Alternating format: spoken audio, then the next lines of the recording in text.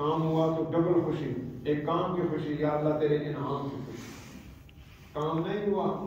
تو یا اللہ میری تقدیر نہیں تھی، میرے پاس میں محنت تھی کر دی،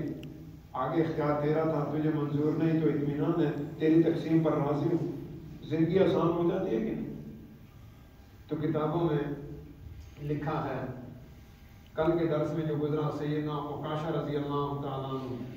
یہ ان لوگوں میں سے کہ جو متوکلین کے صف میں قیامت کے دن جنت میں جانا چاہیں گے، انہی کا واقعہ ہے۔ بدر میں شریک تھے، تلوار سی ہاتھ میں ٹوٹ گئی، نبی علیہ السلام کے پاس حاضر ہوئے، یا رسول اللہ اب بات خالی ہو گئی، آپ علیہ السلام نے ایک لکڑی دی ان کے ہاتھ میں، لکڑی دی۔ اب اللہ چاہتے، نبی علیہ السلام چاہتے چلو میدان میں ہاتھ سے اشارے کرتے رہنا اور گردنیں کٹتی رہنے گی، اللہ اس پر قادر تھا کہ نہیں؟ وہ رب جو نبی علیہ السلام اعلان اشارہ کرتے ہیں جان کے ٹکڑے ہو جاتے ہیں، وہ رب نبی علیہ السلام کی زبان مبارک سے ان کے ہاتھ میں بھی وہ تاثیر تو پیدا کر سکتا تھا، لیکن نبی علیہ السلام نے انہیں کیا دیا؟ ہاتھ میں تلوار کو متبادل کر کے دے دی کہ بھئی کچھ نہ کچھ ہاتھ میں آپ چلاؤ۔ یہ لکڑی تلوار کی صورت بن گئی اور اس کا نام تھا عون،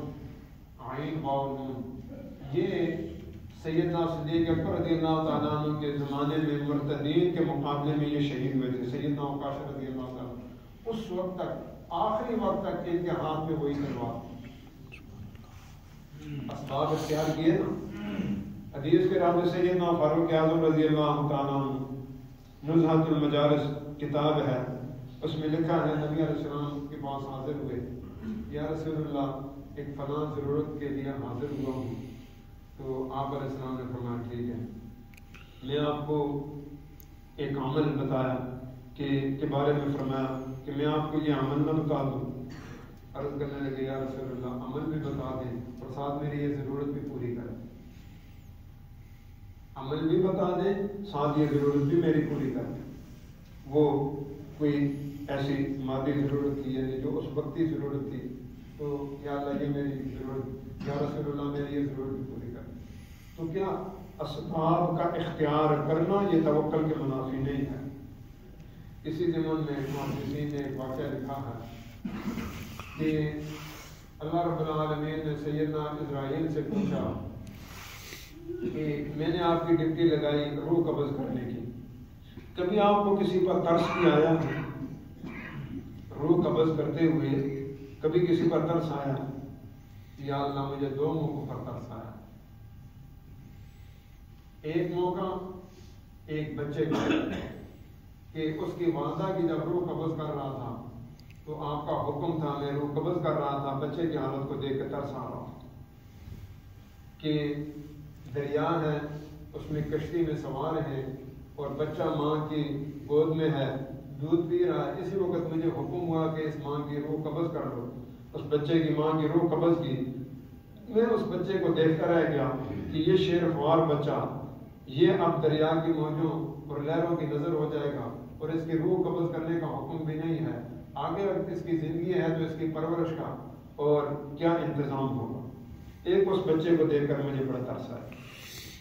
دوسرا ایک بادشاہ کہ جس نے عالی شان عمارت بنائی کہ روئے زمین پر میں نے اس جیسی عمارت نہیں دیکھی، اور مجھے حکم ہوا کہ یہ اس نے جو عمارت بنوائی ہے اس کے دروازے پہ اس نے قدم رکھا، بادشاہ نے ابھی اندر داخل نہیں ہوا تھا، زندگی کی ساری چاہتیں اور ترجیحات ادھر صرف کر کے، وسائل اور اسباب صرف کر کے ایک عالی شان عمارت بنائی اور بہت بڑا ایک علاقہ، اب اس کو اندر داخل ہونا نصیب نہیں ہوا، روح قبض ہو گئی۔ تو مجھے اس پر ترس آیا کہ تیرا منکر تھا، آخرت تو برباد ہوئی، دنیا میں جو محنت کی تھی اس کو بھی اندر دیکھنے بھی نصیب نہیں ہوا۔ تو اللہ رب العالمین نے فرمایا اسرائیل، یہ بچہ کہ جو جس پر تمہیں ترس آیا، اس کو میں نے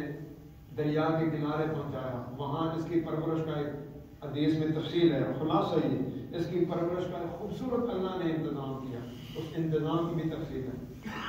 پھر اللہ رب العالمین اس کو آبادی میں لائے،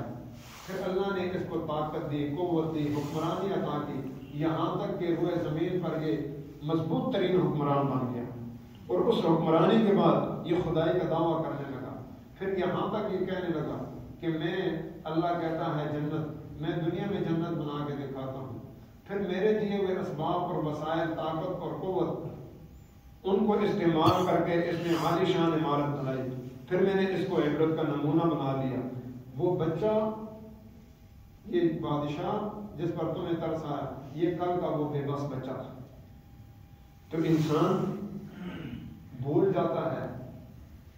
کس نے پیدا کیا، کس کے امر سے میں آیا، کس کے پاس میں نے چلے جانا۔